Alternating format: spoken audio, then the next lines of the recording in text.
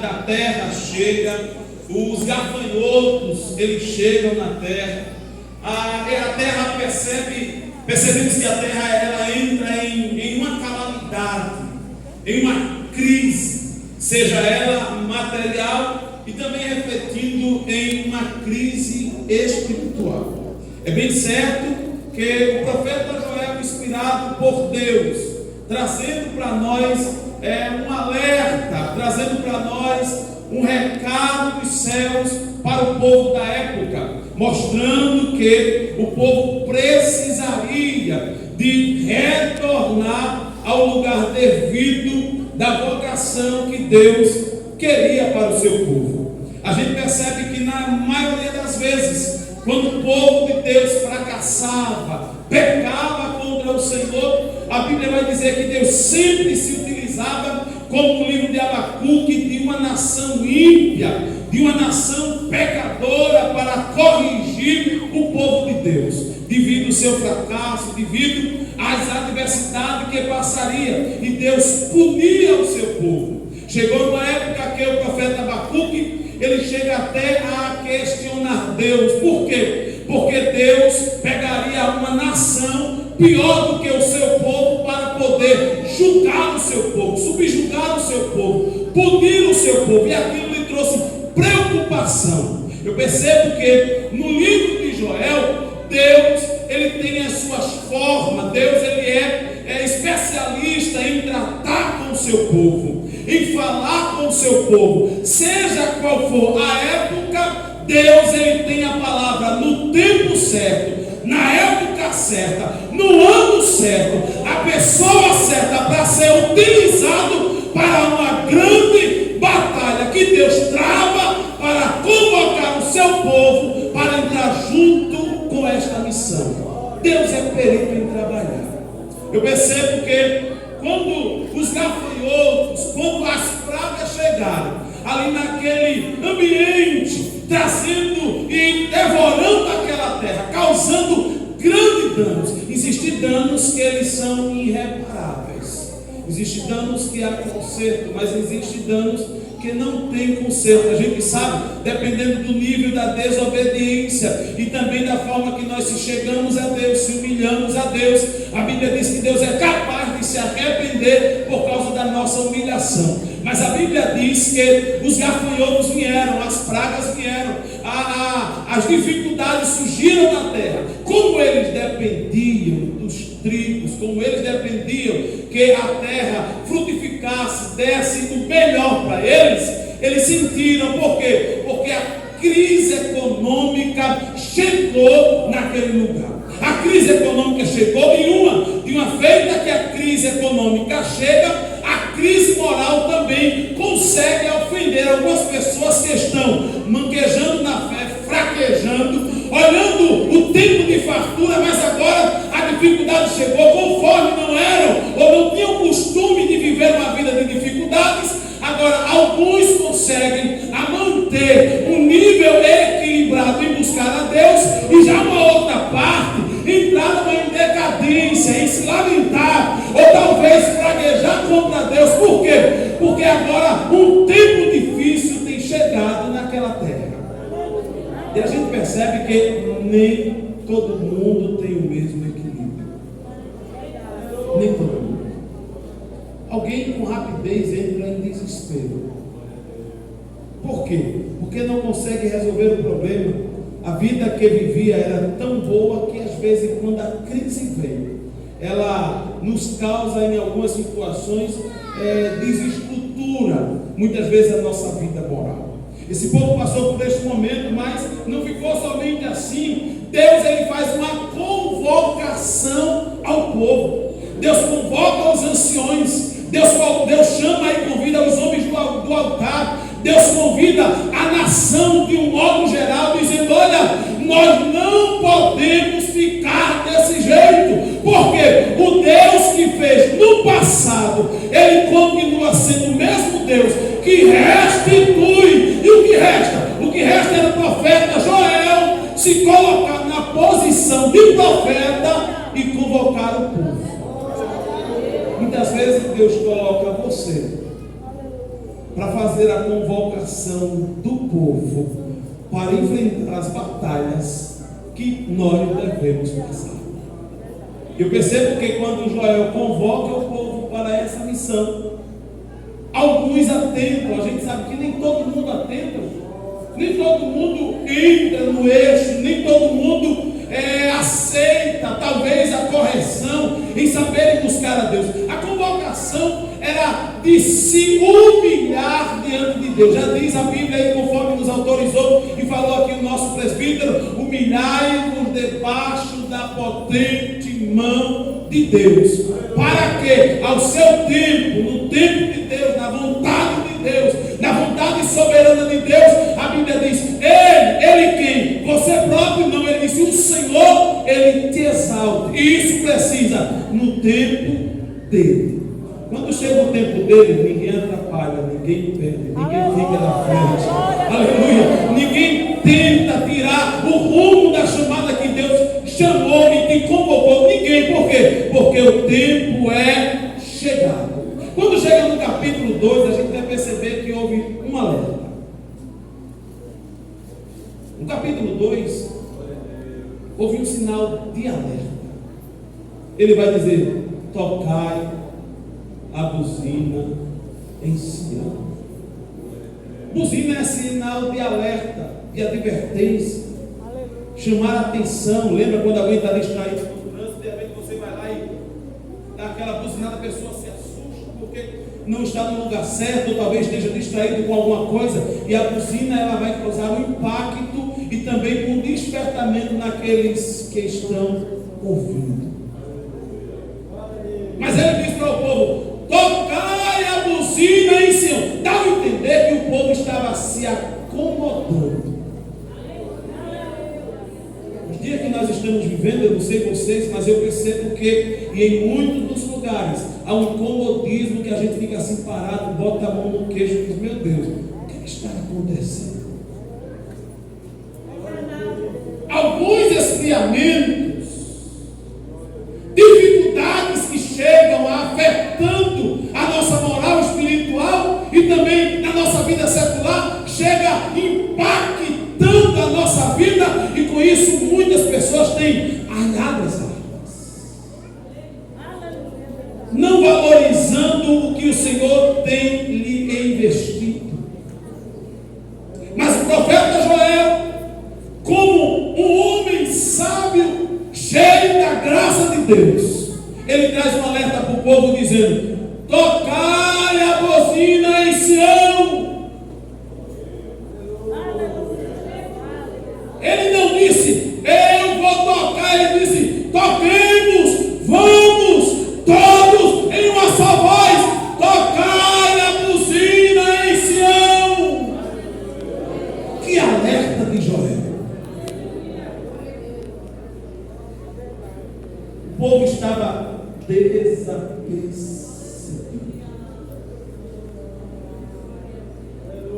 Quando alguém se encontra desapercebido, nada melhor do tocar a buzina, trazer um despertamento. Mas o fato de eu tocar a buzina, ele está dizendo assim: olha, também abra a sua voz, clame a Deus no monte da sua santidade. Ele estava dizendo para o povo: ei, restaure-se, se chegue a Deus, porque esse tempo de dificuldade, se a gente se humilhar a Deus, o objetivo de Deus é que esse tempo passe. Era essa a mensagem. O comodismo, conforme o povo estava despreocupado, agora eu deixo de clamar em alta voz. Já disse um escritor, ele disse que o problema do mundo não é o barulho dos bravos, mas o silêncio dos bons. Por quê? Há muitas pessoas boas, mas eu não vou fazer nada porque eu não vou me meter. Aí fica calado. Joel faz uma diferença. Ele diz assim: olha, tocai a buzina. clamai.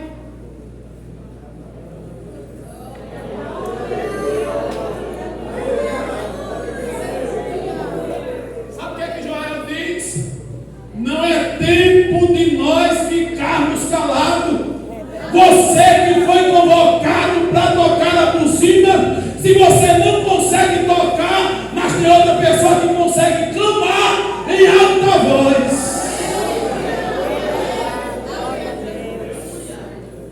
Mas o comodismo, o conformismo, nos leva a gente a ficar parado, calado e conformado com a situação. Ele chega impactando, dizendo: olha, toque e outra, traga perturbação ao povo da terra. Perturbe-se todos os moradores da terra, porque o dia do Senhor vem e ele está perto. Olha o recado do profeta, tirando o povo do comodismo para dizer: ei, é tempo da gente tocar a buzina em Sião. E outra, todas as vezes que você toca, é com o objetivo, vai trazer perturbação. E outra, o teu toque é no monte da santidade.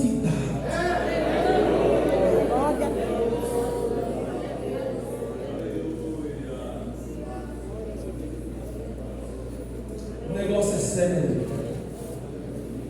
Talvez você diga assim: o irmão João Batista não vai nem pular aí. Não precisa pular. A sua atenção é o suficiente. E faz lembrar daquele homem quando vinha do templo de Jerusalém, quando Filipe, cheio do Espírito Santo, o eunuco ia lá na sua carruagem, lendo o livro do profeta Isaías 53. A Bíblia diz que o anjo do Senhor, o Espírito do Senhor, incomoda o Filipe, porque Gaza estava deserto, dependia da palavra de Deus. E Filipe sai. Aí o Senhor diz assim: se aproxima desse carro, corre. Aí Filipe correu. Quando Filipe correu, ele disse: entendes tu o que lês?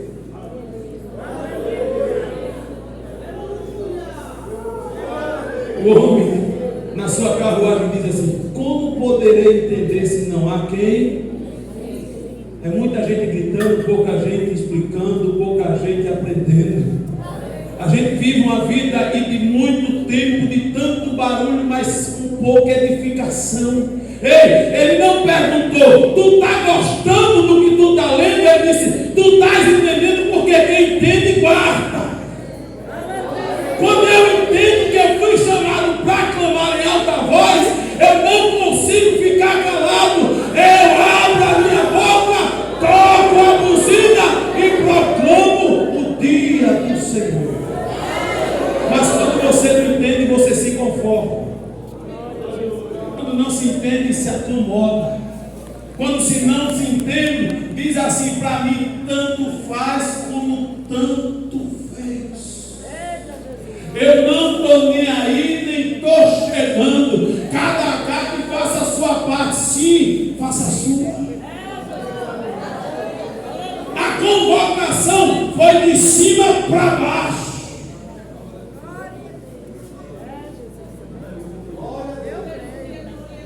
O profeta Joel, ele chega a incomodar os anciões, porque alguns deles estavam parados, conformados e aceitando a situação. Aí ele disse: não, vocês precisam clamar em alta voz. O povo precisa se perturbar com o toque da buzina. Buzina é sinal de alerta, como se alguém estivesse chegando.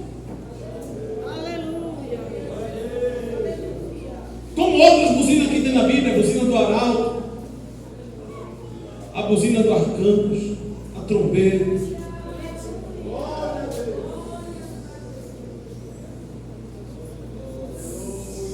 Aí ele vai continuar dizendo: dia de trevas e de tristeza, dia de nuvem, de treva espessa, como alva espalhada sobre o mundo.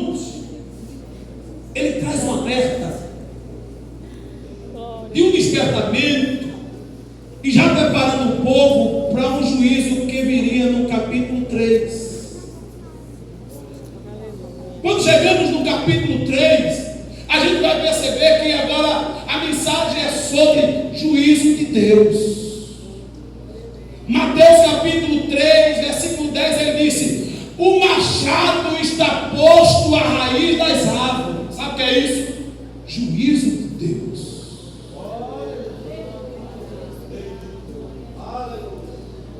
Mateus está dizendo: ou dá fruto ou é.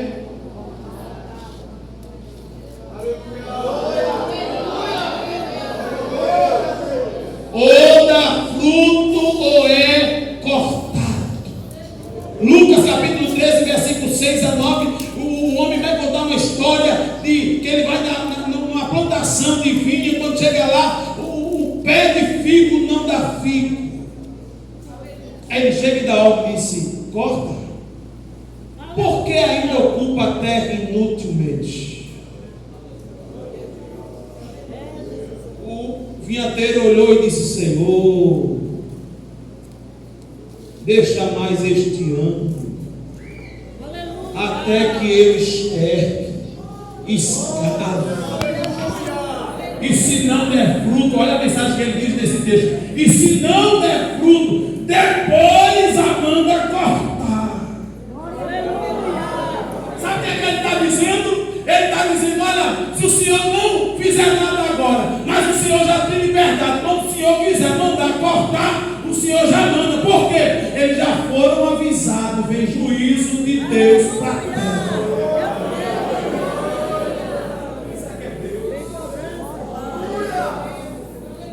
Juízo de Deus. Vai dar fruto não? Ou não? Vai ser cortado. Batista, será? O Senhor é misericordioso, ele vai lá e ainda manda alguém estercar, escavacar. Você já sofreu mudança sem menos esperar? Mudança. Então, eu tenho que botar tanto porque eu não estou bem hoje. São algumas mudanças. São alguns estercos que o Senhor coloca em nós somente para não nos perder. E eu tenho uma mensagem que diz assim: Deus te fere, mas não te perde. Deus te fere, mas não te perde. Deus te fere, mas não te perde. E na mensagem da videira tem outra: é melhor ser podado para crescer do que ser cortado para queimar. Deus está dizendo: é tempo de juízo. Ou você dá fruto, ou ele dá ordem dizendo: passa ali. Eu dou essa mensagem para mim. Todo dia eu procuro dar um frutinho, porque eu acho que o dono da figueira já veio muitas vezes e disse assim: pronto. Aí o vinhadeiro disse assim: dá mais uma chance para o João Batista, quem sabe este ano.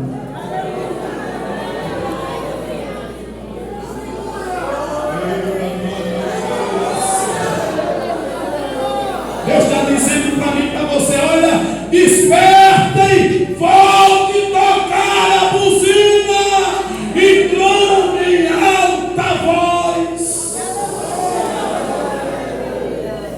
Glória a Jesus, aleluia.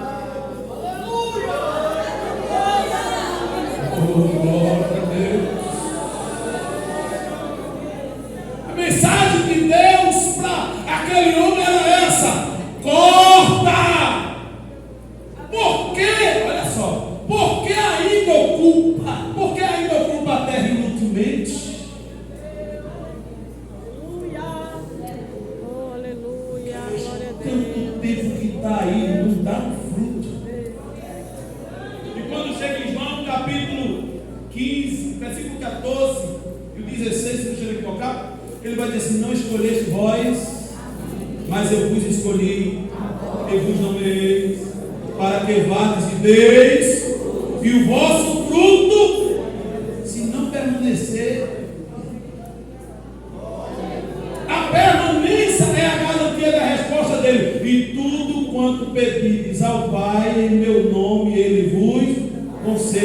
feito fruto.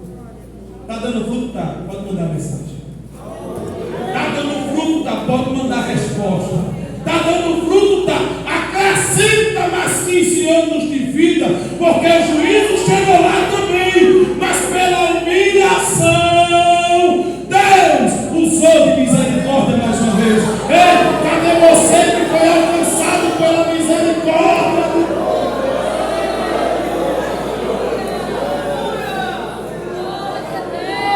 Já chegou este ano e alguém disse: vou perder papai, vou perder mamãe. Aí o Senhor diz assim: não, está dando fruto, está velho, mas está dando fruto. A Bíblia diz que até na velhice daram frutos. Olha para alguém do teu lado educadamente e diz assim: tu vai dar fruto ou vai esperar ser cortado? Fale sem medo até ele entender. O segredo não é fazer barulho, o segredo é você entender o que Deus está falando com a gente.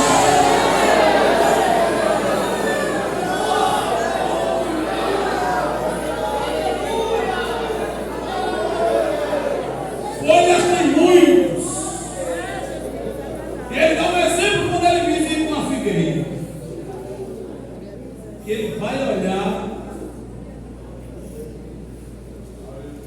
E às vezes a gente não está assim, sai catando.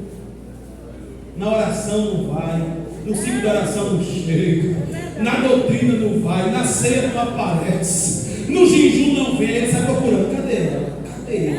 Não chegou, cadê fulano? Cadê? E depois ele olha assim, não tem não, vou secar. Nunca mais nasça fruto de ti.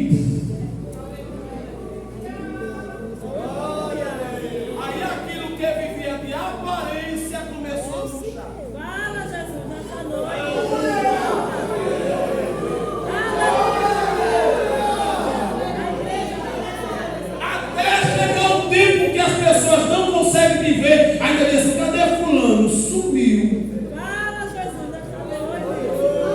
Tu tem visto fulano? Quem não é visto não é lembrado, já diz o ditado. Tu viu fulano? Rapaz, vi. Onde é que está? No show.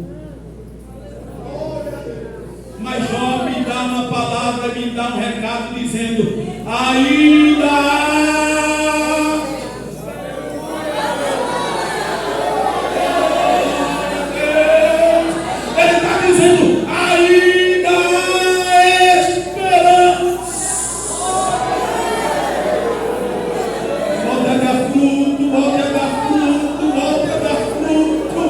Pois tem juízo de Deus passando aqui hoje.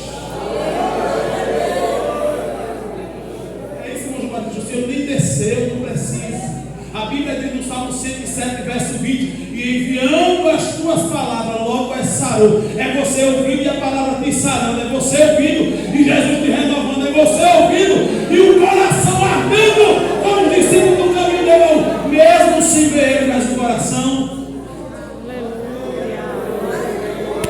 É a mensagem desse dia do pastor. Segura aqui, por favor.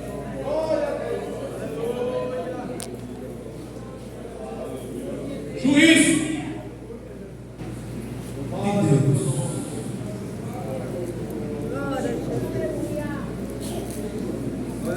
Ele vai falar sobre o vale da decisão.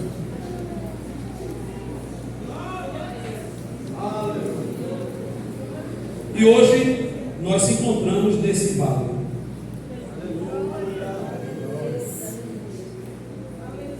Guarde a palavra.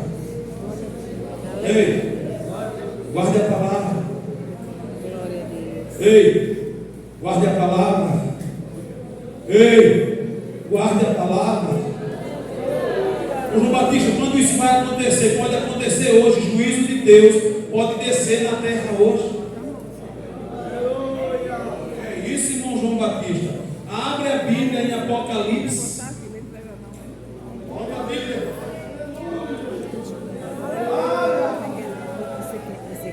Você quer amassar mesmo. Capítulo 14 de Apocalipse.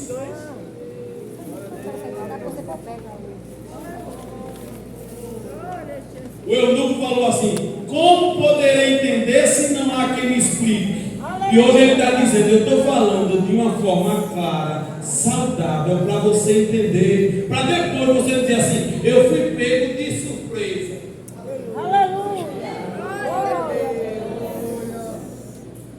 Ninguém me avisou nada sobre isso. Aí vem um camarada aqui chamado João, morador do Abreu. Olha, morador do Abreu.